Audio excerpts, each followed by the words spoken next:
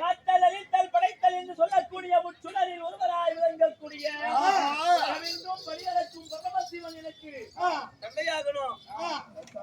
என் தாயோ உமா பார்வதி சக்தி ஆகணும். ஆமா ஆமா தந்தையோ வெள்ளிங்கிரிய பொற்பிடமா ஆண்டு வரக்கூடிய சிவபெருமானு சொல்றீங்க. அவருக்கு இருப்பதோ இருப்பில்லைங்க. உலகிய உலகறிய நாதறிய நகரறிய வேலவன் நாயகன் என்று சொல்லக்கூடிய இரு குழந்தைகள் தான். ஆனால் ஒரு மானிட பிரதி பூலோகத்திலே வாழக்கூடிய ஒரு நல்ல மானிடன். அவர்களோ தேவர்கள். தேவர்களுக்கு பிள்ளையா நான் எப்படி பிறக்க முடியும்னு கேட்கிறேன். அப்படியா? நான் எப்படி பிறந்தேன் தெரியுமா?